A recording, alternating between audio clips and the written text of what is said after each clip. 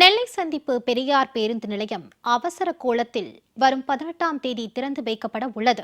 மேலும் இந்த பேருந்து நிலையத்திற்கான எந்தவித அனுமதியும் பெறப்படவில்லை என கூறப்படுகிறது.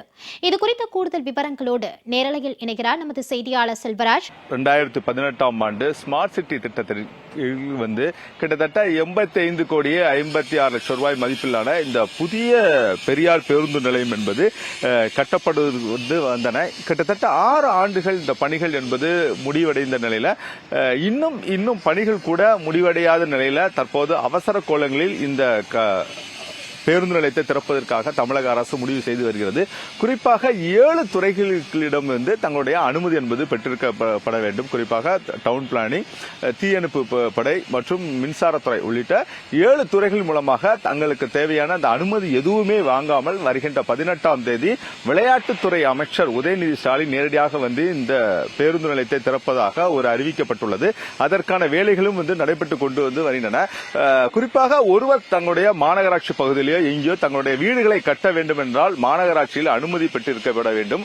ஆனால் கிட்டத்தட்ட 6 ஆண்டுகளாக இந்த கட்டிடம் என்பது கட்டப்பட்டு எந்தவித ஒரு அனுமதியும் இல்லாமல் திறக்கப்படுகின்ற சூழ்நிலையாக இருக்கிறது. இது குறித்து நம்மிடம் பேசுவதற்காக சமூக ஆர்வலர் பெட்ரிக் ராயன் அவர்கிட்ட பேசுவோம். ஐயா வணக்கம். தற்போது நீங்க இந்த தகவல் உரிமை சட்டத்தின் கீழே இந்த பேருந்து நிலையம் தொடர்பான தகவலை வாங்கியிருக்கீங்க. என்ன மாதிரியான தகவல்கள் வந்திருக்கீங்க? அதாவது ஒரு பில்டிங் கன்ஸ்ட்ரக்ட் பண்றதுக்கு முன்னாடி முதல்ல பேசிக்கா டிடிசிபியில் அப்ரூவல் வாங்கணும். இந்த பெரியார் பேருந்து நிலையமானது ஸ்மார்ட் சிட்டி திட்டத்தின் கீழ் கடந்த 2018ஆம் ஆண்டு பணிகள் துவங்கப்பட்டது. பணிகள் துவங்கப்படும் போது டியூஃபிக்டோல ரொம்ப தெளிவாகவே இன்ஸ்ட்ரக்ஷன் கொடுத்துட்டாங்க. என்ன அப்படின்னா, உறுதியான முறையில் முதல்ல ஒரு கட்டிடத்தை ஸ்மார்ட் சிட்டியில் ஆரம்பிக்கணும்னா ஏற்கனவே இருக்கக்கூடிய கட்டிடத்தை இடிச்சு ஸ்டெபிலிட்டி சர்டிபிகேட் வாங்கணும். ரெண்டாவது, புதுசாக கட்டக்கூடிய கட்டிடத்துக்கு டிடிசிபி அப்ரூவல் வாங்கினதுக்கு அப்புறம் தான் கன்ஸ்ட்ரக்ஷன் ஒர்க் ஆரம்பிக்கணும்னு சொல்லி டியூஃபிக்டோ ரூல்ஸ்ல கிளியராகவே இருக்கு. பட் இந்த கட்டிடத்தை 2018ஆம் ஆண்டு எந்தவித முன் அனுமதியும் வாங்காம டிடிசிபி கட்டிட வேலையை துவங்கிடுறாங்க. அதுக்கப்புறம் பின்னர் 2021 தான் இவங்க அந்த எண்ட்ல தான் கொஞ்சம் பிளானே அப்ளை பண்றாங்க. 2022ல கொரி போட்டு திரும்ப வருது. திரும்ப 2023லயும் கொரி போட்டு வருது. இப்படி கொரி போட்டு பெண்டிங் இருக்கும் போது டிடிசிபி அப்ரூவல் இவங்க வாங்கியிருக்கிறது எந்த வழியும் இல்லை. தகவல் உரிமை சட்டத்துல கடந்த மாதம் இந்த ஆர்டிக்கு பதில் அனுப்பியிருக்காங்க.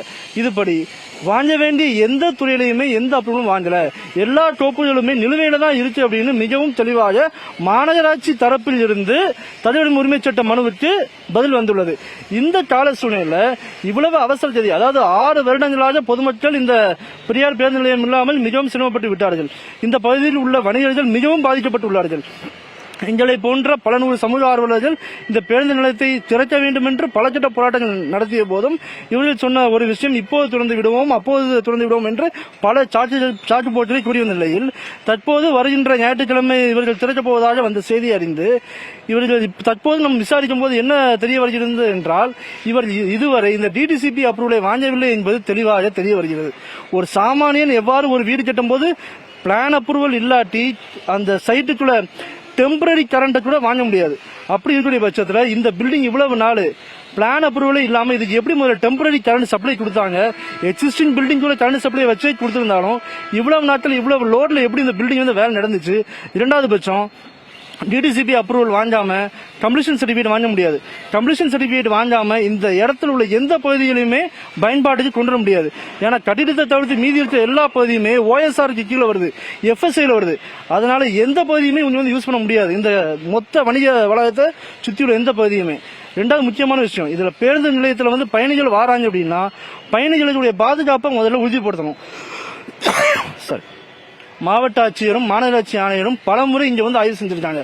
முதற்கட்டம் ஆய்வு செய்ய வேண்டிய விஷயமே என்னன்னா, இந்த கட்டிடத்தோட பிளான் அப்ரூவல் வாங்கியாச்சா, பிளான் அப்ரூவலை வச்சு நம்ம அடுத்த ஃபயர் என்ஓசியை வாங்கியாச்சா, ஃபயர் என்ஓசியை வாங்கினாதான் இது இந்த பகுதி பொதுமக்கள் பயன்பாட்டுக்கு தீயணைப்பு வாகனம் சுற்றி எவ்வித அசம்பாவிதம் ஏற்பட்டால் அதை அணைக்கிறதுக்கு தோதுவாக உள்ளதா என்பதை ஆய்வு செய்ய முடியும். அதே போன்று அந்த ஃபயர் என்ஓசி வாங்கினதுக்கு அப்புறம் தான் சானிடரி என்ஓசி வாங்க முடியும். சுகாதார சான்று இருந்தால் தான் பொதுமக்கள் பயன்பாட்டுக்கு இது உகந்ததா என்பதை முடிவு செய்ய முடியும். அதுக்கு அடுத்தபடியா பாத்தீங்கன்னா பொல்யூஷன் கண்ட்ரோல் போர்டு என்ஓசியை வாங்கணும், பொல்யூஷன் கண்ட்ரோல் போர்டு என்ஓசியை வாங்கல. அதுக்கு அடுத்தபடியா இந்த மொத்த பிரமிசஸுமே ஸ்டேட் ஹைவேஸ் அப்ரோச்ல இருக்கு. அப்ப மாநில நெடுஞ்சாலைத்துறை கிட்ட இதுக்குள்ள என்ஓசி இவங்க வாங்கியிருக்கணும். அதுக்கு அடுத்தபடியா பாத்தீங்கன்னா இது மிகவும் டிராபிக் நிறைந்த பகுதி.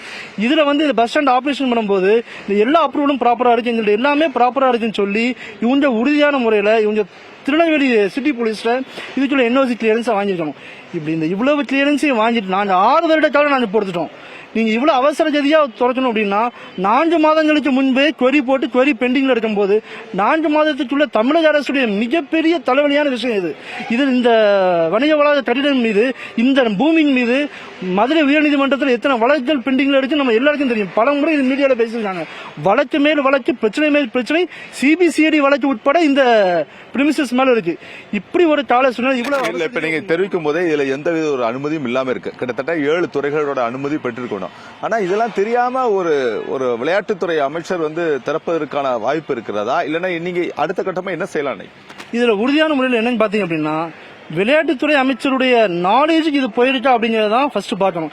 ஏன்னா இதுல விளையாட்டுத்துறை அமைச்சர் மட்டும் இல்லாம இதுல சம்பந்தப்பட்ட அனைத்து இந்த சுற்றி உள்ள அனைத்து அமைச்சர்களும் இந்த நிகழ்ச்சியில பங்குபடுறாங்க.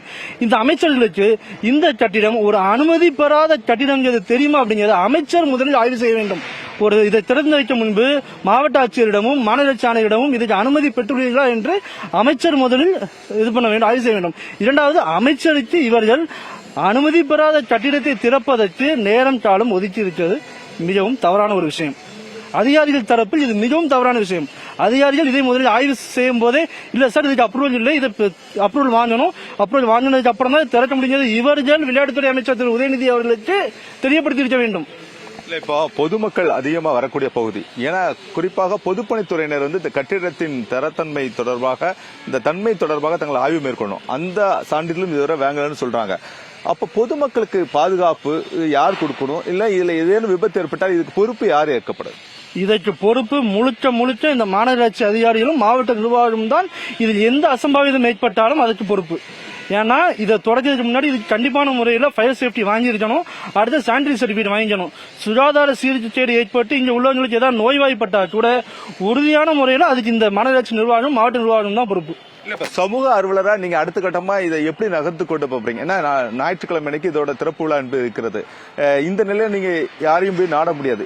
ஏன்னா ஞாயிற்றுக்கிழமைக்கு பிறகு உங்களோட அடுத்த சமூக ஆர்வலர், ஏன்னா பொதுமக்கள் மீது அக்கறை கொண்டவர்கள் தான் சமூக ஆர்வலர்கள். ஏன்னா அரசியல்வாதிகளை தவிர சமூக ஆர்வலரோட பொறுப்பு என்பது மிக அதிகமா இருக்கு. நீங்க அடுத்த கட்டமா என்ன செய்யலாம் நினைக்கீங்க? உறுதியான முறையில திங்கட்கிழமை அதுமா உயர்நீதிமன்றத்தை அணுகி இதுக்கு ஒரு நிரந்தர தீர்வு காணப்படும். ஏன்னா இது வந்து முழுக்க அதிகாரிகளுடைய அதிகார துஷ்பிரயோகம் மற்றும் அதிகாரியுடைய அலட்சியம் தான் இதுக்கு காரணம். இது இந்த அரசுக்கு ஒரு கெட்ட பேர் ஏற்படுத்தணும்னு சம்பவம் இது. நேரடியாகவே கேட்கலாம். அவர் தெரிவித்தது போலவே ஒட்டுமொத்தமாக எந்தவித ஒரு அனுமதியும் இல்லாமல் இவ்வளவு பெரிய கட்டிடம் என்பது திறக்கப்படுவதற்காக தயாராகி கொண்டிருக்கிறது. குறிப்பாக எந்த பொதுப்பணித்துறையோட அந்த கட்டிடத்தோட அனுமதியோ அல்லது இது போன்ற வந்து டவுன் பிளானிங் அனுமதியோ எதுவுமே இல்லை. நாம் நேரடியாகவே மாநகராட்சி ஆணையாளரிடம் கேட்கும் போது டவுன் பிளானிங் அனுமதி என்பது நாங்கள் ஏற்கனவே விண்ணப்பம் செய்துள்ளோம், ஆனால் இதுவரை அவர் கிடைக்கவில்லை என தெரிவித்துள்ளார்.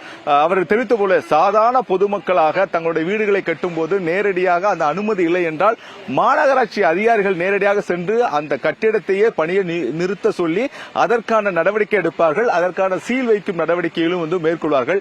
இந்த கட்டிடத்திற்கான மாநகராட்சி அதிகாரிகள் என்ன மாதிரியான நடவடிக்கை எடுக்கப் போகிறார்கள் என்பது பொறுத்திருந்து பார்ப்போம்.